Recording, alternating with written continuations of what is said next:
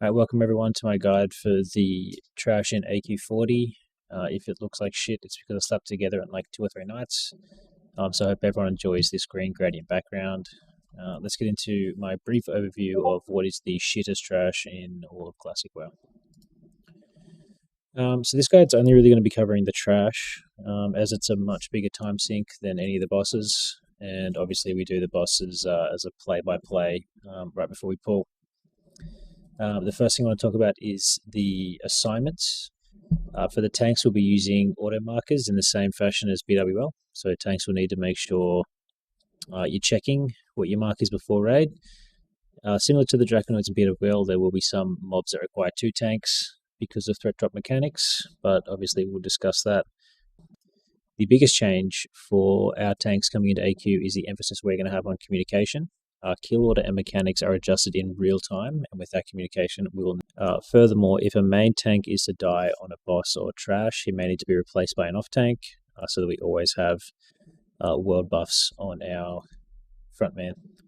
For healers, we're returning to assigning jobs before the raid. We worked in BWL, so let's continue that to AQ. The emphasis here is on personal responsibility, the idea of doing things with a purpose.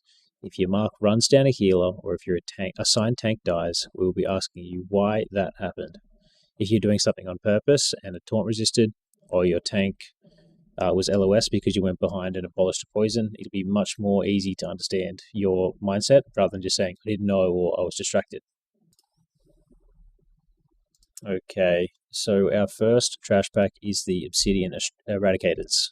These are not hard at all. We just burn them down before they build up enough mana to do anything.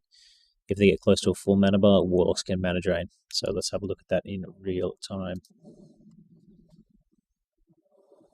Eradicator comes in. Mana bar is not even fucking half. And it's dead. You can see a single Warlock was mana draining there. If we need to, we can always mana drain it, but we shouldn't really need to. Let's get to a real set of trash, hey? So we have the Anubis Sentinels. These guys are actually pretty hard, and they definitely set the tone for the rest of the night. We want to kill these as cleanly as we can, so that we can generate momentum early. So we cast Detect Magic on them as they are pulled in, and the raid lead, which will be myself or Mesor, will call a kill priority based on the lethality of the buffs carried by the Sentinels. Tanks will need to react to their targets and either pull them towards or away from the raid. Don't cleave, as they heal to full after each die, and just don't tunnel skull. Listen to the kill order and kill the right target. Let's have a look at it in real time.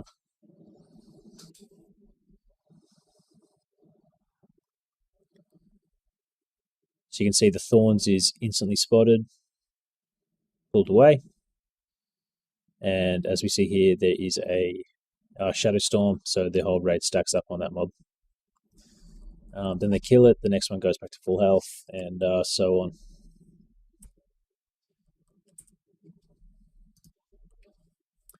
on. Next we have the Warriors and Borers.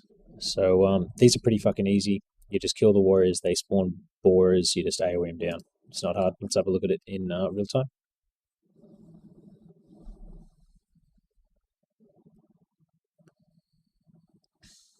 Warriors pulled in.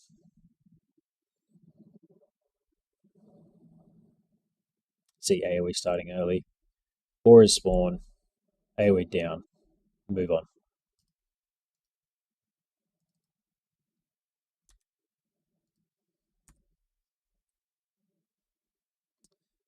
Next we have Brainwashers and Guardians. So we kill the Brainwashers while the tanks are positioning the Guardians under some form of roof, because they will do a charge and knock you back. Let's get a look at them. This is the safest roof in AQ. Some guilds will choose to pull all Guardian packs under this roof, but I mean, you really don't have to. So you can see the Brainwash is already dead, and you'll see the knockback in a second. Yep, see, knocked up. But not really that tough. Right, next we have the Soldiers and Drones, which is the Gauntlet section of the fucking raid. So you see the drones just get pulled in. I mean, this is like a minute example. So like, there's the warrior coming up. The casters are sort of AoEing the drones, and the melee are cleaving the soldiers. The main thing is just maintaining the momentum, keeping forward so you don't get respawns. That's plenty. The hive crawlers do a big poison dot, but they've got fuck all health, so you just sort of stack them up, kill them real quick. See, this is a really, really quick kill.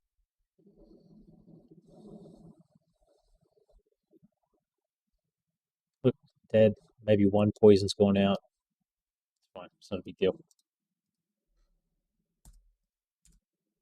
Right. Next, we have one of the more spiky parts of the raid. So these are the wasp packs. They have a mechanic called catalytic poison. And the best way to describe that is to imagine you're at your 14th birthday party. It's time for birthday cake, and it's your job to cut it. An elderly lady called Leonie, who is a friend of your nan's, is standing next to you. She's a chain smoker, perhaps applied 4 times the legal limit of red lipstick. Once you put the knife in your birthday cake, she says, if the knife comes out dirty, you have to kiss the closest girl. However, she is the closest girl, and you are a minor. Now, you could wait for your mum to intervene here, but she's had about 4 glasses of box wine, so your best option is to try and clean the knife yourself before you are assaulted at your own birthday. Anyway, at some point, several members of the raid will get a debuff called Catalytic Poison. After 10 seconds, they'll become a catalyst and can be instantly killed by a vectorless stinger. The poison can only be removed once you have become a catalyst, so it's always better to try and cleanse yourself the second it changes, rather than wait for it to dispel, or you'll risk getting kissed by Leonie.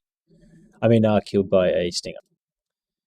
There's also lashes that require 2 tanks. The first tank pulls the mob away from the raid, and the second tank stands in with the casters and will taunt after the whirlwind, which is a threat drop.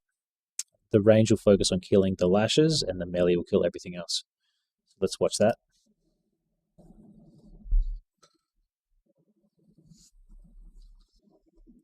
You can see the wasp pulled in.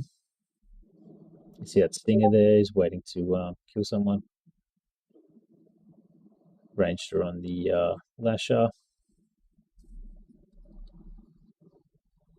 So you see the early whirlwind and then pulled out. There's another whirlwind for a threat reset. So it's really important that tanks are nice and quick with that. Okay, so next we have the defenders. So these are also pet pulled. We're mainly watching for 2 abilities. So we're watching for Shadow Storm, which will mean everyone runs into the melee, or Thunderclap, which means we stay in 2 groups. So obviously a melee and a range stack. We might see Plague, and if so, you need to just stand away from the raid, but close enough to be healed. Let's have a look at the defenders here. So you see obviously pet pull.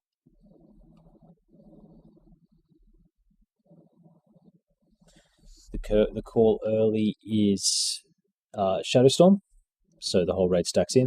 You can see the person there with Plague that is going to move just outside. So they're not tanking the Shadow Storm, but they're keeping Plague away from the raid. See, that person has moved too fast, so they are tanking Shadow Storm. But I mean, with just one, it's not that big a deal.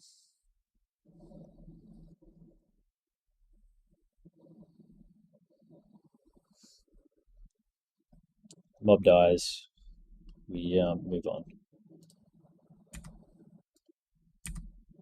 Now this is an example where we see Meteorite and Thunderclap. So early Meteorite, we see it, and we see the early Thunderclap as well. So we're going to have 2 nice tight stacks. If the stacks aren't tight and you're sitting a little bit out, the raid won't soak the meteor damage. You'll just eat the whole thing yourself, and then you'll die. You can see the warriors that come in. When they run past, just try and pick them up if you're a warrior. If not, they actually don't do that much damage, so it's not that big a deal, and they can be stunned.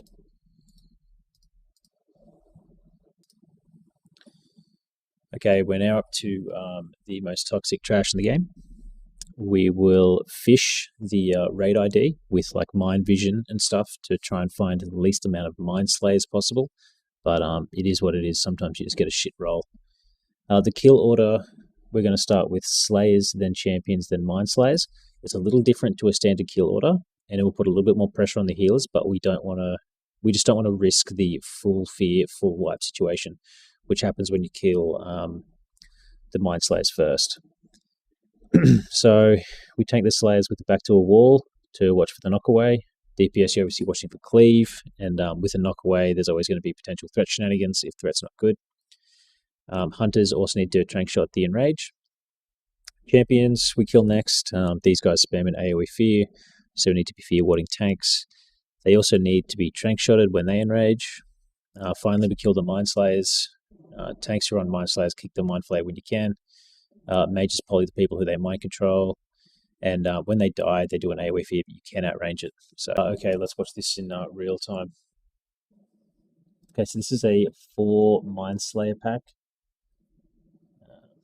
That's pretty fucking grief. That's like about as bad as you can get. So you can see the champions pulled out. And he has a knockaway which resets. It doesn't reset threat, but it drops a bit of threat. So if you're cranking early, you might have to deal with a bit of a threat shenanigan. But they kill the champion here pretty clean.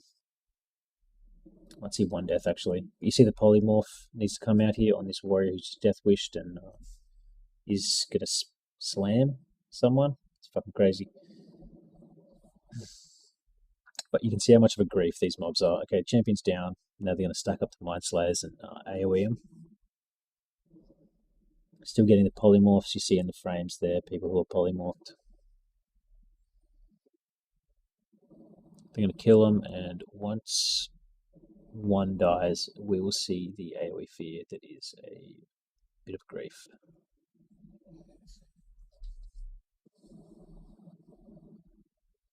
Yep, there's the AoE fear. But that's basically it. You just kill them and move on. Next we have a pack with Slayers in it. So, pulling in the Slayers. You can see the tanks trying to find a wall there to get their back to. The champion's off to the side. Killing them, you see the enrage, and then trank shotted. But this is like a best case scenario. These Slayers really aren't that bad. And then they move on to the champion. It's the same as before.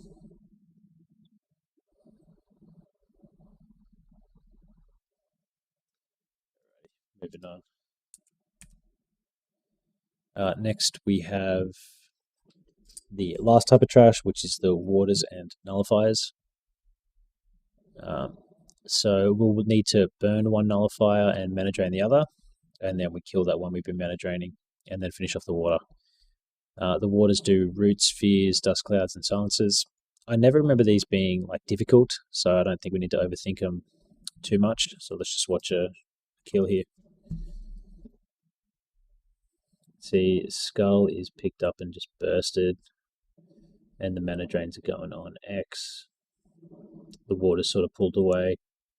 This trash is pretty fucking easy, to be honest. You can see the I think it's a dust storm that comes out. It can reduce your hit if you're melee, which is pretty grief, but like they just don't fucking do that much. They're sort of like designed around a combo they can do with the nullifier if the nullifier ever gets full mana, but it never really happens. Alrighty. So that's all the trash, guys. I hope this cleared up some of the confusion, and I hope we're all a bit more onto the same page.